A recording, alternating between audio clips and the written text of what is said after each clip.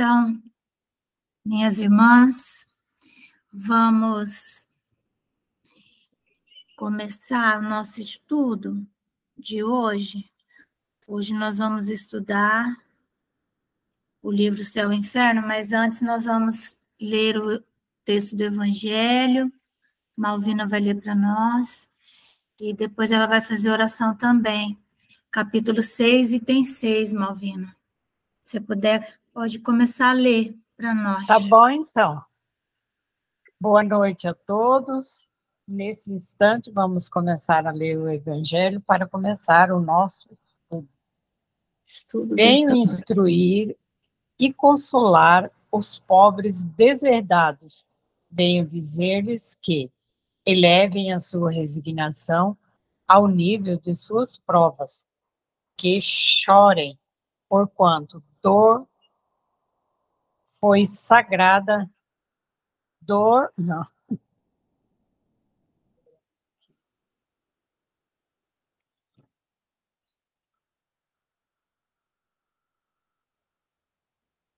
Me perdi, já me achei. Venho dizer-lhes que eleve a sua resignação ao nível de suas provas, que chorem, porquanto a dor foi sagrada no jardim das oliveiras, mas que esperem, pois, que também a eles os anjos consoladores lhes virão enxugar as lágrimas. Obreiros, traçai o vosso sulco, recomendai no dia seguinte o afanoso labor da véspera. O trabalho das vossas mãos vos fornece aos corpos o pão terrestre. Vossas almas, porém, não estão esquecidas. E eu, o jardineiro divino, as cultivo no silêncio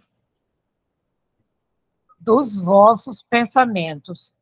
Quando soar a hora do repouso e a trama da vida se vos escapar das mãos e vossos olhos se fecharem para a luz, sentireis que surge em vós e germina a minha preciosa semente.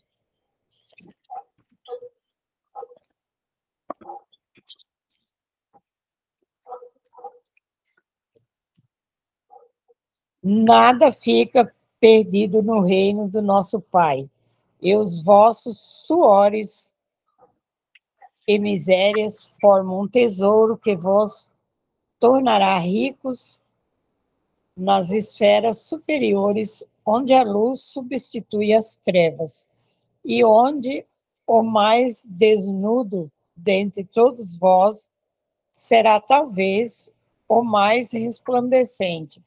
Em verdade vos digo, os que carregam seus fardos e assistem os seus irmãos são bem amados, meus, instruí-vos na preciosa doutrina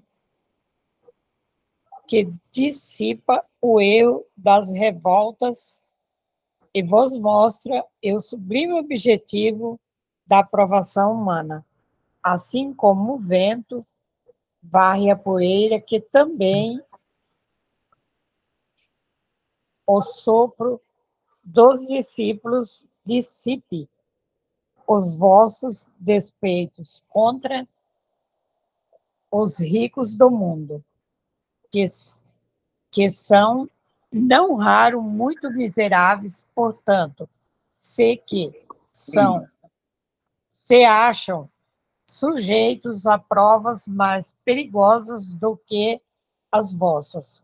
Estou convosco e meu apóstolo vos instrui. Bebei na fonte viva do amor e preparai-vos, cativos da vida, a lançar-vos um dia, livres e alegres, no seio daquele que vos criou, fracos, para vos tornar perecíveis, e que quer modeleis-vos mesmo a vossa maleável argila, a fim de serdes os artifícios da vossa imortalidade. O Espírito de Verdade, Paris, 1861. É para continuar, não, né, Márcia?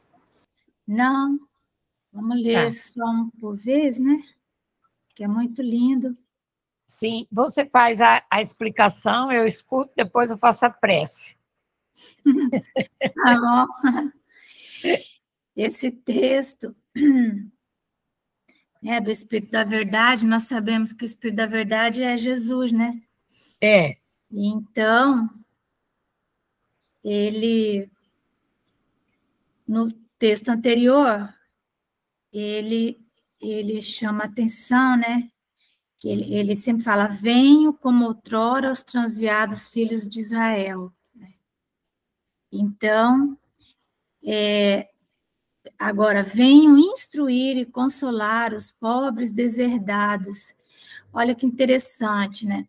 Os pobres deserdados. Aqui no texto anterior, fica bem claro que ele está falando para um grupo, né, de religiosos espíritas.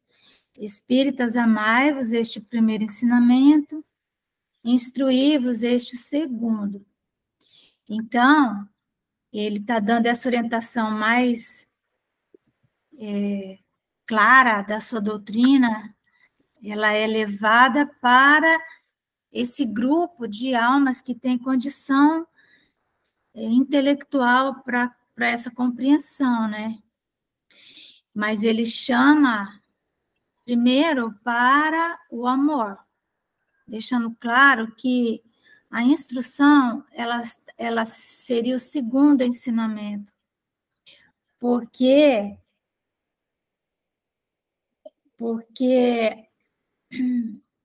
os espíritas são muito inteligentes, justamente porque sempre usaram muita razão e muita inteligência, por esse motivo apenas, né? E talvez o sentimento, o amor tenha ficado a desejar, talvez não, com certeza, né? Então ele chama essa atenção aí, né? Tanto que no final do texto anterior ele fala, irmãos, nada perece, Jesus Cristo é o vencedor do mal, então ele venceu o mal na terra. Sede os vencedores da impiedade. Então, a impiedade é a ausência de Deus dentro de nós, dentro dos nossos corações, a incapacidade de externarmos Deus, né? E nesse item 6, ele diz, venham instruir e consolar os pobres deserdados. Deserdados, quem que é deserdado? Vamos parar para pensar o significado disso, né? Quando que você deserda um filho? Existem as causas, né, que a lei permite que um filho seja deserdado. Ele é deserdado quando ele comete injúria contra os seus pais. Aí você pode deserdar por injúria. Ou quando comete crime, né, condenado por crime.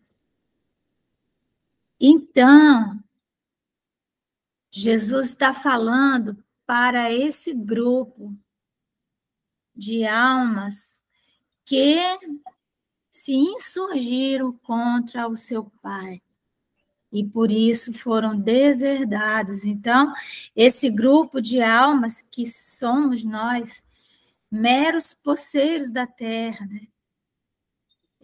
Nós estamos aqui por misericórdia, por empréstimo, mas sem merecimento.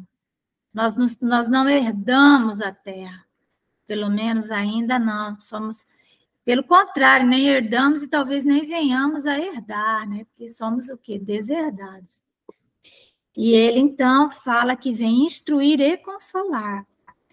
E pedindo isso aqui, ó, resignação. Elevar a resignação. Por quê? Porque uma alma deserdada é uma alma culpada já. Não é essa culpa que às vezes a gente fala, na encarnação passada fez isso, né? Não, é uma culpa essencial que trazemos de outros mundos, de onde viemos, expulsos. Perdemos a herança do mundo onde estávamos, certo? Então, por essa razão, esse sofrimento ele é tão grande, né? Porque não decorre de uma reparação que você faça de algo que aconteceu na vida passada, e você vai e repara. Não é isso só. É muito maior do que isso. E Jesus, ele vem para esses, porque os filhos da terra, aquelas almas mais simples, os filhos do Calvário, aqueles que iniciaram o seu processo de evolução na terra, esses estão em provações, esses estão vivendo experiências, então as dores pelas quais eles passam, elas não têm o cunho moral que os deserdados têm, porque existe uma grande consciência de culpa nos deserdados. E é essa consciência de culpa que nos atormenta, que nos faz sentir saudade de um mundo onde tudo era diferente, que nós perdemos, né? Então, Jesus, ele fez um combinado com essas almas, né, deserdadas, de vir consolá-las em momento próprio, veio e depois ainda está mandando outro consolador, né, que é o Espiritismo. Então, ele diz que ele está retornando, né, que elevem a sua resignação. A resignação é o consentimento do coração, é a aceitação, né, ao nível de suas provas, que chorem, porquanto a dor foi sagrada no Jardim das Oliveiras. Então, ele fala de uma dor que ele sentiu sem ter culpa. Imagina nós que trazemos a culpa, né? Mas ele também nos chama de obreiros, de trabalhadores. Traçai o vosso sulco, né? Então, recomeçar são as orientações que ele vai nos dando, né? Diz assim, ó, vossas almas não estão esquecidas. Eu, o jardineiro divino, as cultivo no silêncio dos vossos pensamentos. Então, lembrar, né, pensamento. Quando nós falamos de pensamento, normalmente nós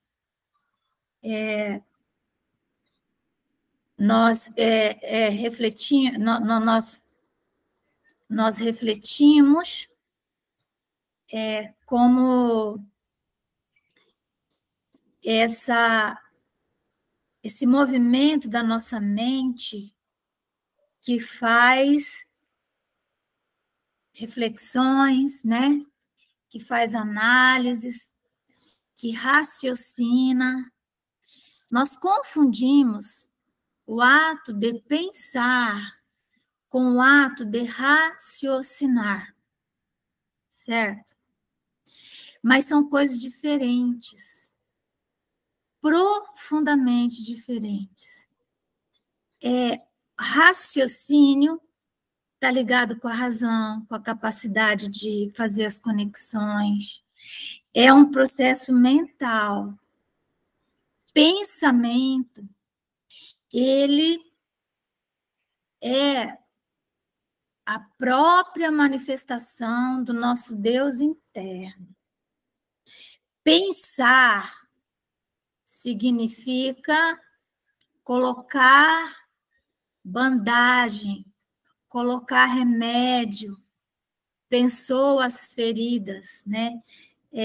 Nós vamos ver várias passagens desse verbo que acabou sendo confundido no sentido de misturar do seu entendimento com raciocínio. Então, nós vemos muitas pessoas falando o pensamento vai estar falando de raciocínio. O pensamento, ele é silencioso. Olha lá, ó. Eu, o jardineiro divino, nós cultivo no silêncio dos vossos pensamentos.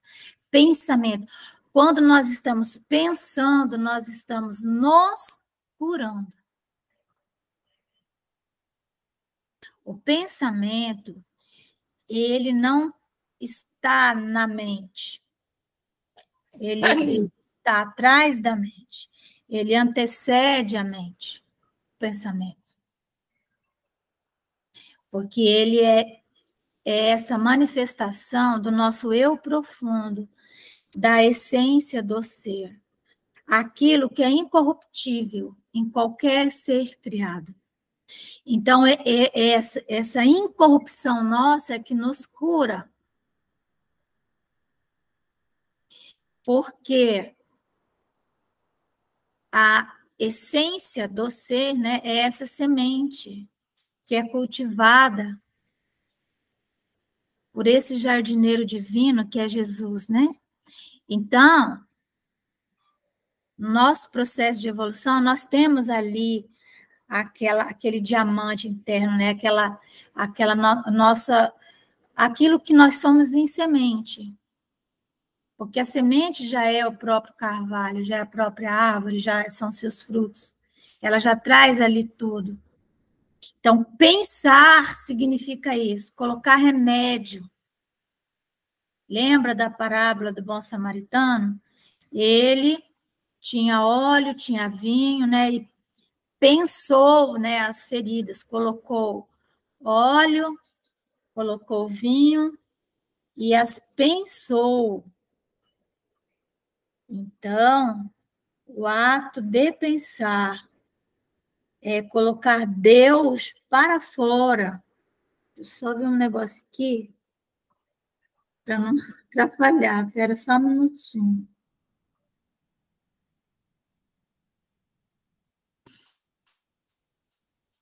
Então, tá certo?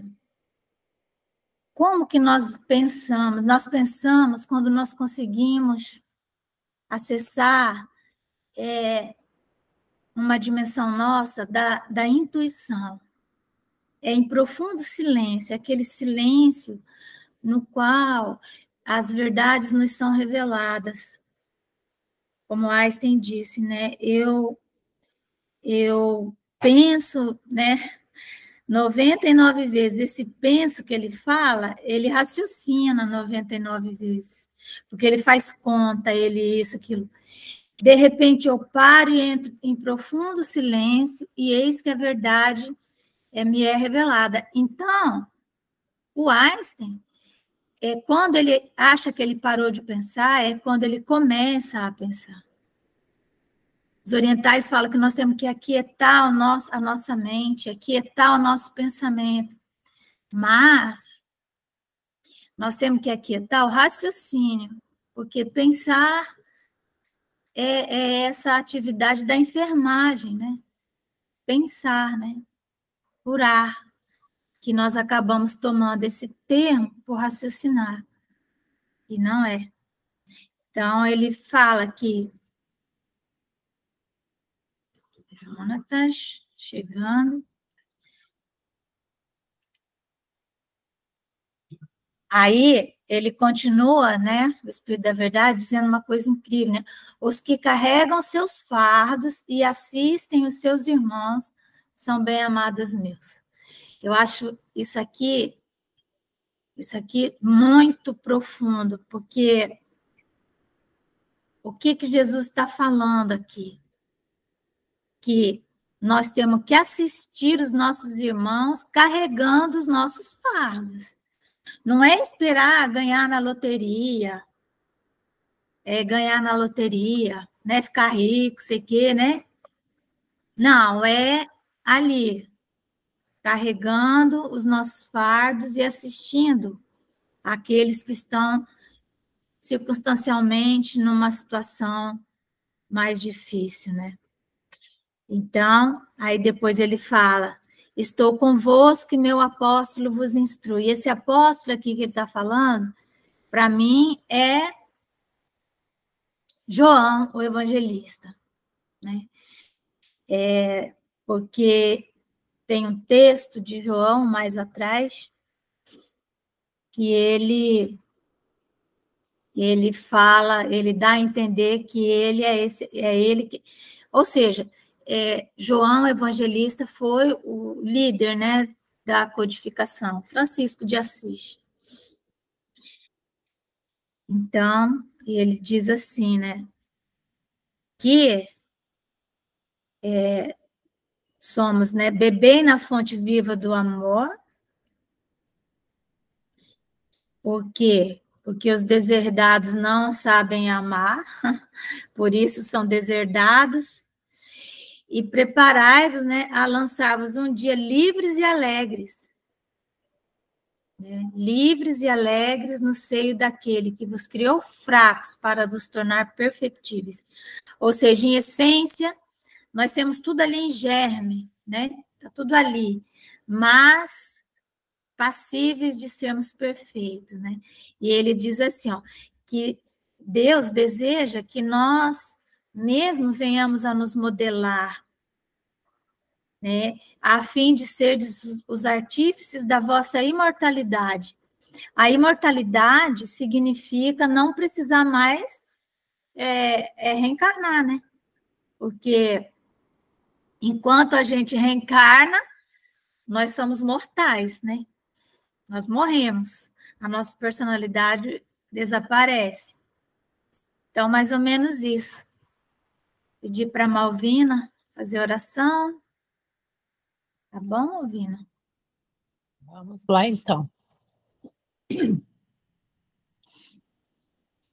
Nesse instante, vamos fechar os nossos olhos, pensar em Jesus e agradecer.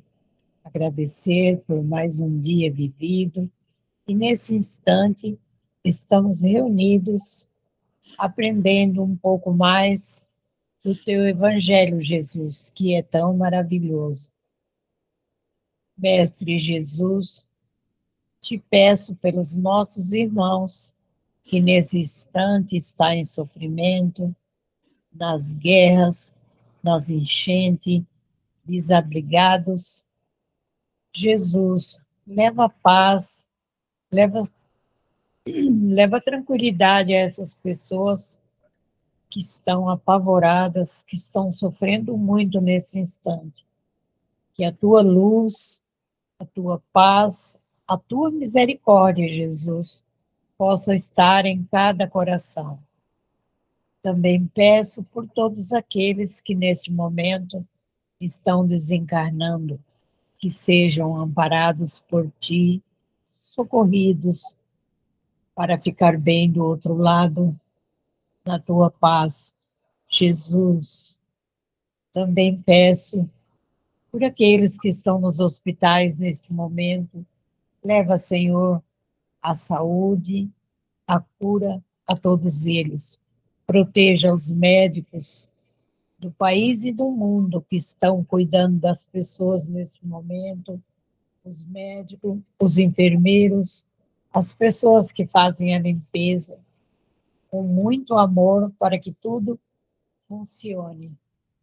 Mestre Jesus, nesse instante, peço pelas nossas famílias, pelas famílias dos nossos amigos, por todos, que a tua luz e a tua paz seja conosco. Que tenhamos, Senhor, uma boa noite, uma noite de repouso corpo físico e também o corpo espiritual. Seja, Senhor, conosco, hoje, agora, por todo sempre. Que assim seja. Que assim seja. Graças a Deus. Obrigada, Malvina. Obrigada eu. Uhum. Então, nós estamos aqui, né, no livro Céu e Inferno, na primeira parte, capítulo 9, e tem 3.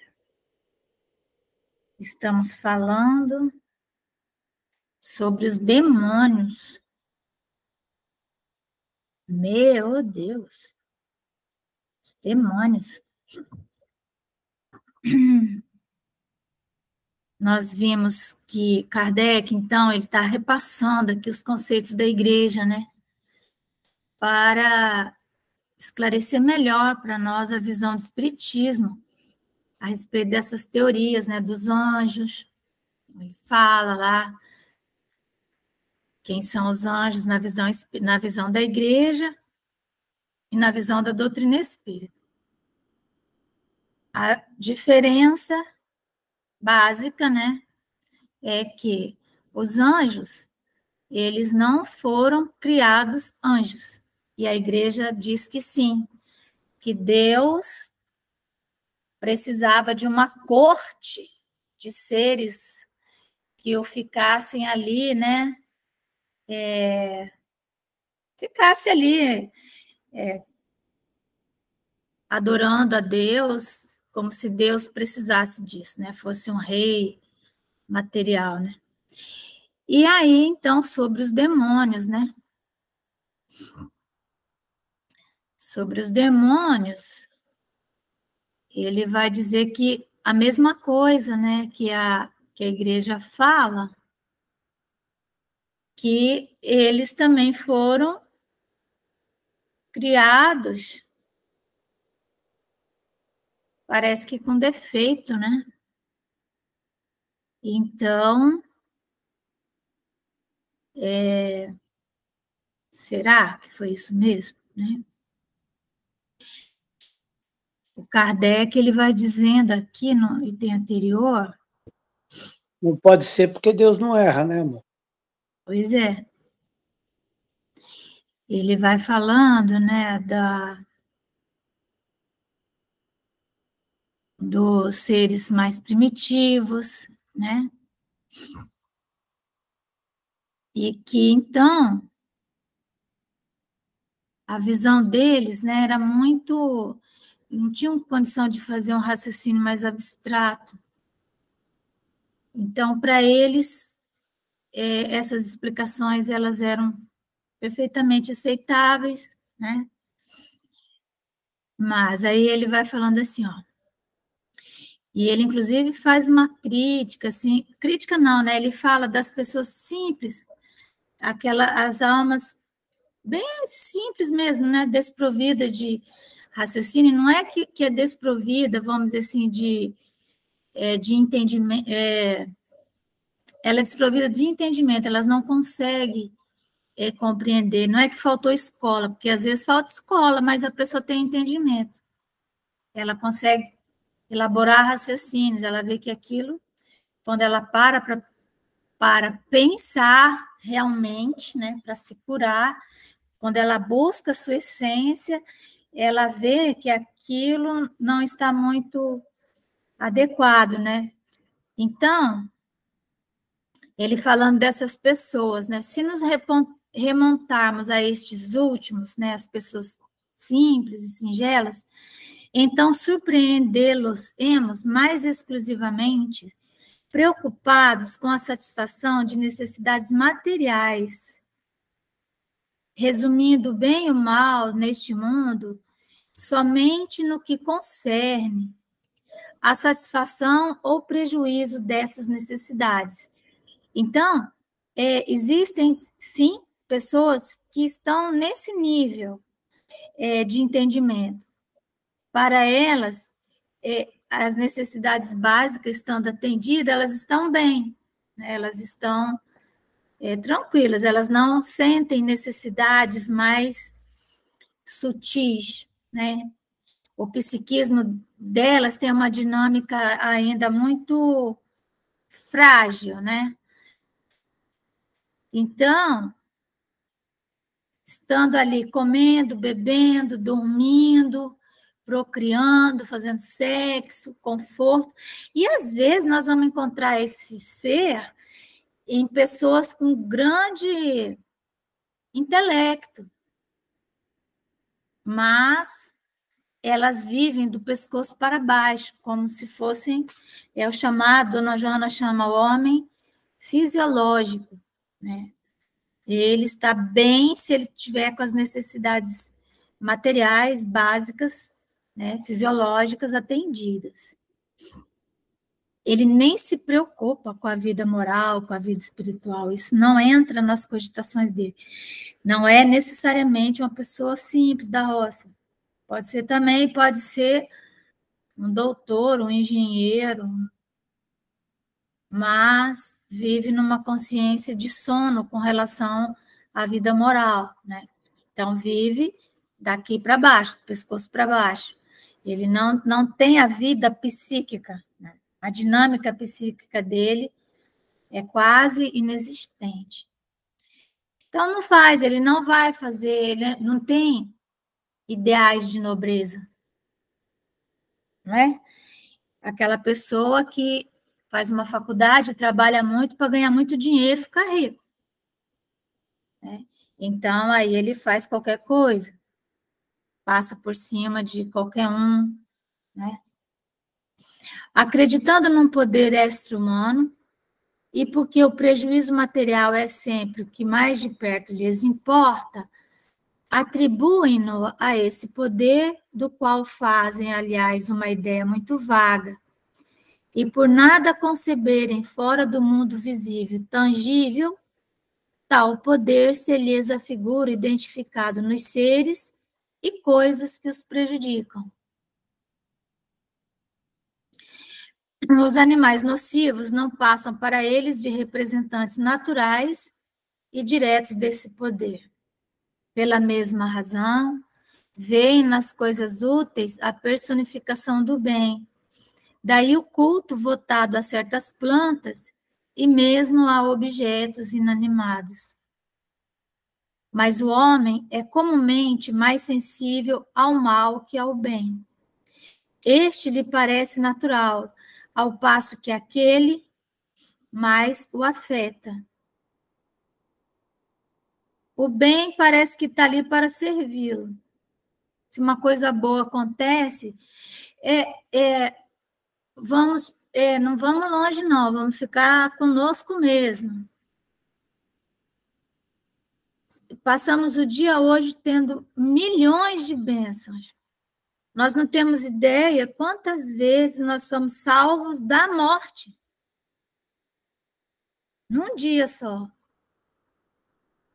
Temos ideia quantas vezes a morte passou ali, pertinho, né? Mas nós não nos damos conta, né? De todas as bênçãos que temos. Não prestamos atenção, não somos sensíveis ao bem. Mas nós não prestamos atenção nos nossos olhos, na nossa visão, tudo que a bênção que isso é, até o momento que cai um cisco no nosso olho. Nessa hora, então, nós vamos lembrar, o dia inteiro nós vamos fixar nossa atenção naquele cisco que caiu no olho. Porque aí, né, não é? Nem por outra razão se explica nos cultos primitivos. Imagina, então, no homem primitivo mesmo, né? Tanto do ponto de vista intelectual quanto moral. Porque o homem intelectual não significa que ele seja um homem moral. Mas um homem primitivo, ele não é nem intelectual nem moral. Não é nenhum dos dois. Ele ainda é um ser, né, em processo de desenvolvimento. Ele precisa desenvolver o intelecto para depois desenvolver a moral, né? Então, nos cultos primitivos, as cerimônias sempre mais numerosas em honra ao poder maléfico. O temor suplanta o reconhecimento. Durante muito tempo, o homem não compreendeu senão o bem e o mal físicos. Os sentimentos morais só mais tarde marcaram o progresso da inteligência humana. Claro, com a inteligência que a reboque vem a consciência moral, né? Fazendo-lhe entrever na espiritualidade um poder extra-humano fora do mundo visível e das coisas materiais. Esta obra foi seguramente realizada por inteligências de escola, mas que não puderam exceder certos limites.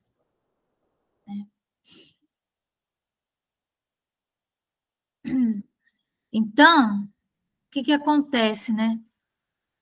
A inteligência cresce, cresce, cresce, chega um momento que ela tem que sucumbir à vida moral, né? Ela tem que entrever a espiritualidade, mas ela entrevê isso sempre de forma limitada, né? Por quê? Porque a questão da vida moral, da vida espiritual, ela passa pela experiência também, né? Não é só pelo raciocínio.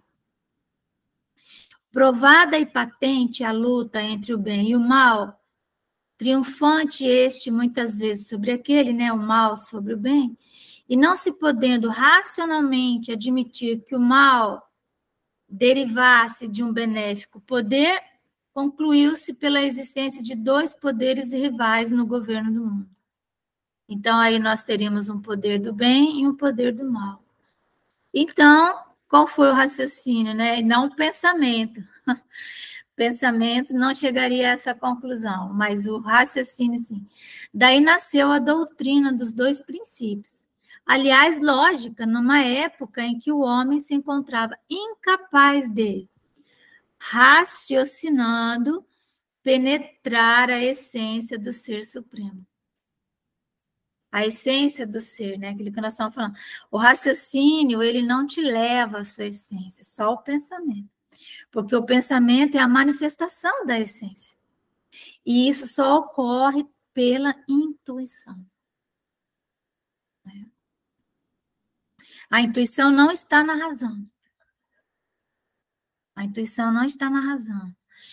A intuição, ela é um nível, uma dimensão que nos hipercapacita para a compreensão das coisas do mundo.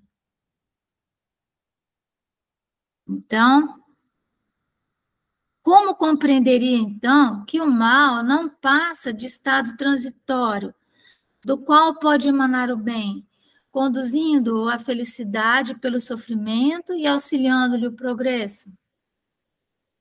Tem pessoas que não aceitam, né, a dor que a evolução causa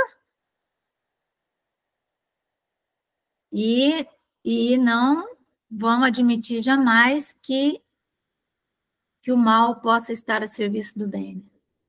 Os limites do seu horizonte moral, nada lhe permitindo ver para além do seu presente, no passado como no futuro, também não lhe permitia compreender que já houvesse progredido, que progrediria ainda individualmente, e muito menos que as vicissitudes da vida resultavam das imperfeições do ser espiritual nele residente, o qual pré-existe e sobrevive ao corpo, na dependência de uma série de existências purificadoras até atingir a perfeição. Não conseguia entender isso, e muitos não conseguem.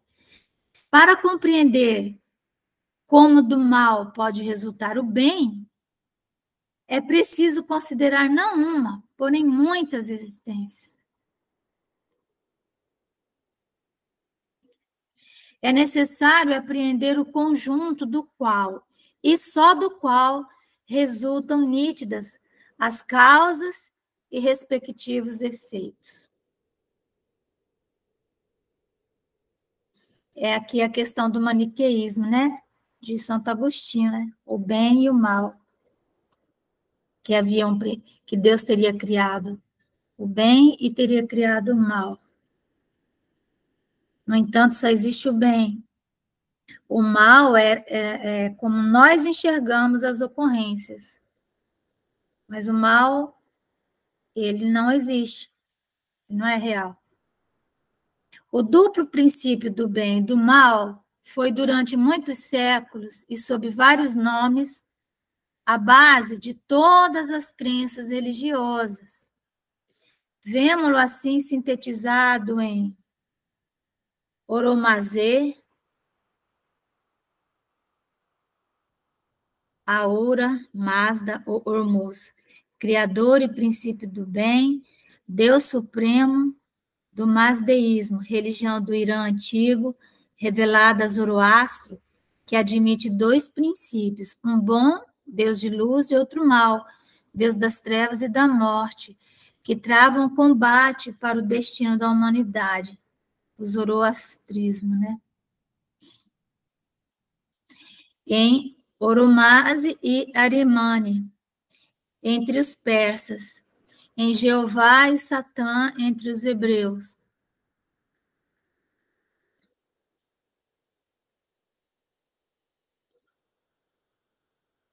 Todavia, como todo soberano deve ter ministros, as religiões geralmente admitiram potências secundárias, ou bons e maus gênios. Então, aqueles que estão ali, né? Os pagãos fizeram deles individualidades, como a denominação genérica de deuses. Então, o Oromazde é o princípio do bem, né? E o Arimane, né?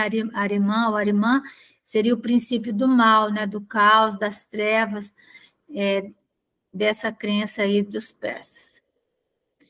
Então, os pagãos, né? Então, eram os deuses e deram-lhes atribuições especiais para o bem e para o mal, para os vícios e para as virtudes. Os cristãos e os muçulmanos herdaram dos hebreus os anjos e os demônios. Entenderam? Mas o que é isso? Isso é uma incapacidade de compreendermos que não existe o mal, né? Não é? Então, a doutrina dos demônios tem, por conseguinte, origem na antiga crença dos dois princípios. Compete-nos examiná-la aqui tão somente no ponto de vista cristão, para ver se está de acordo com as noções mais exatas que possuímos hoje dos atributos da divindade. Então, aí Kardec começa a filosofar, né? Primeiro ele mostra tudo, e agora ele vai elaborando um raciocínio. Será que a existência do bem e do mal, isso, nós já temos uma noção dos atributos de Deus, já fizemos raciocínios, né, raciocínio, não é nem pensamento, é raciocínio mesmo, filosóficos em torno dos atributos que Deus tem que ter para ser Deus. Então, para que Deus existe, partimos sempre desse pressuposto, tem que ter certos atributos. Então, considerando esses atributos, é possível que ele tenha criado o bem e o mal? Isso é filosofar, né? Esses atributos são o ponto de partida, a base de todas as doutrinas religiosas, os dogmas, o culto, as cerimônias, os usos e a moral, tudo é relativo à ideia mais ou menos justa, mais ou menos elevada que se forma de Deus, desde o fetichismo, os fetiches, até o cristianismo. Se a essência de Deus continua a ser um mistério para nossas inteligências, compreendemos-la, no entanto, melhor que nunca, mercê dos ensinamentos do Cristo.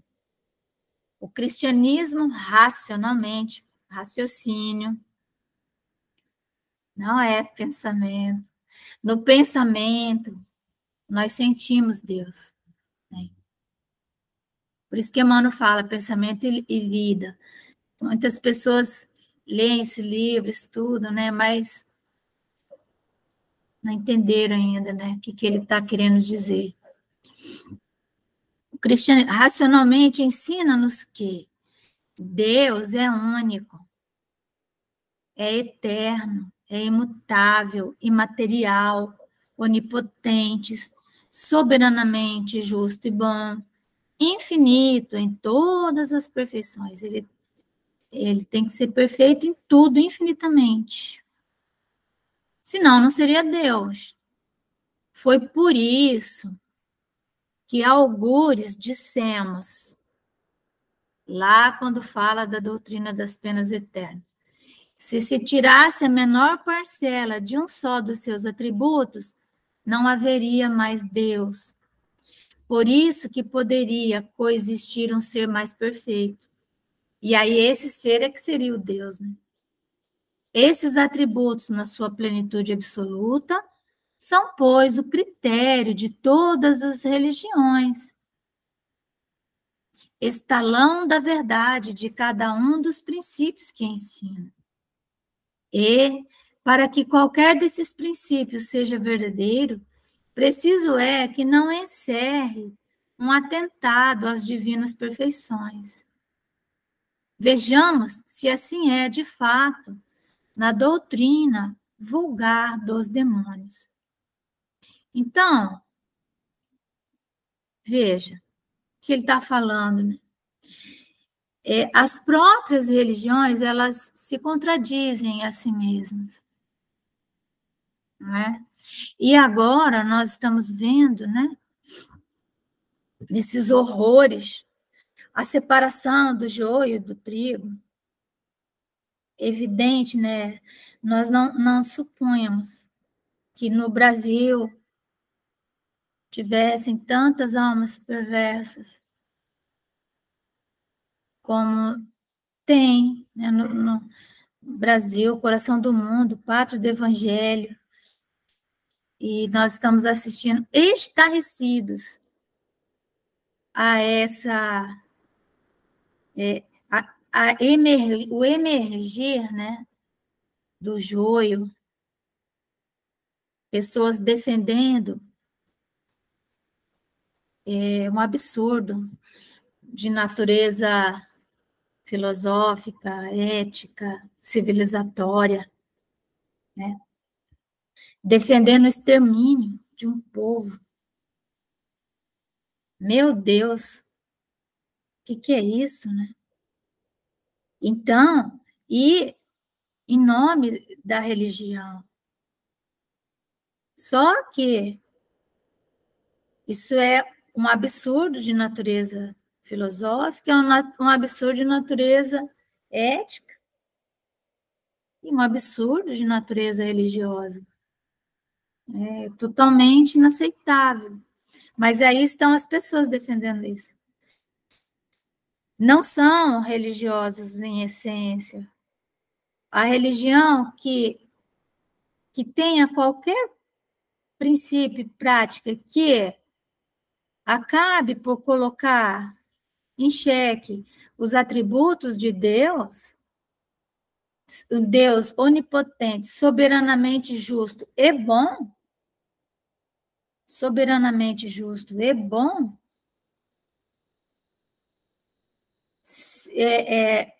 as práticas que não se coadunam com isso, não pode ser prática religiosa, né? Deus que é o Criador de tudo, que é quem dá a vida, se você defende uma ideia que contraria a vida, isso não é uma ideia religiosa, né? Porque a religião, ela está na dimensão daquilo que nós chamamos o incognoscível, né? É uma dimensão onde não está a razão, não está o raciocínio. É uma dimensão absolutamente divina. E se nós só podemos raciocinar nessa dimensão a partir de critérios, esses aqui. E, então, o que é que está acontecendo? Não se está nem mesmo levando em conta critérios racionais. Quanto mais supor que esse tipo de ser humano consiga transcender, né, para uma dimensão onde não é possível usar o raciocínio, e sim a dimensão do sentir a Deus, né? Impossível, impossível. Então, nós vamos parando por aqui, porque na nossa próxima reunião, se aqui estivermos nesse mundo, nós vamos falar os demônios segundo a igreja.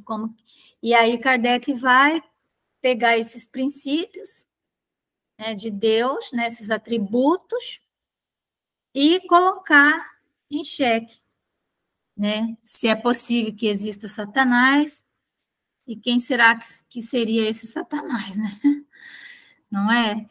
E se ele é um ser que vai ficar eternamente aí ardendo no mármore lá, né?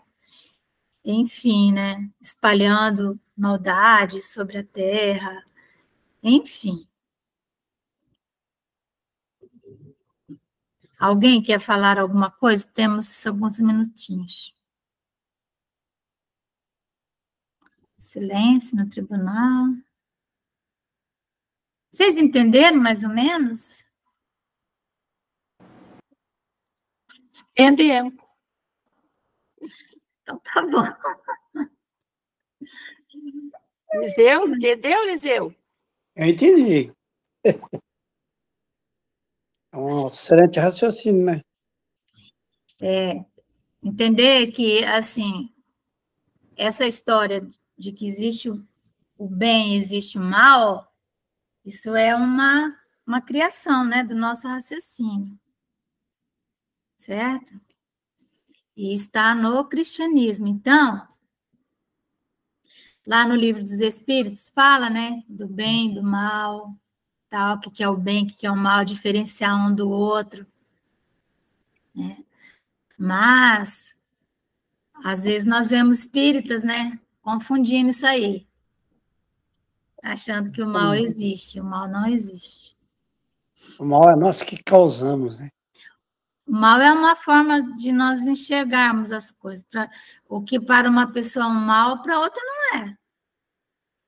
É, isso é o que eu sempre digo, né? É um ponto de vista, né? O mal é sempre um ponto de vista. O que seria um mal real para nós é nos afastarmos de Deus, né? Nos distanciarmos dessa ligação com Ele e das suas leis, né? Então, isso aí seria o mal, né? Deixa eu parar aqui a gravação.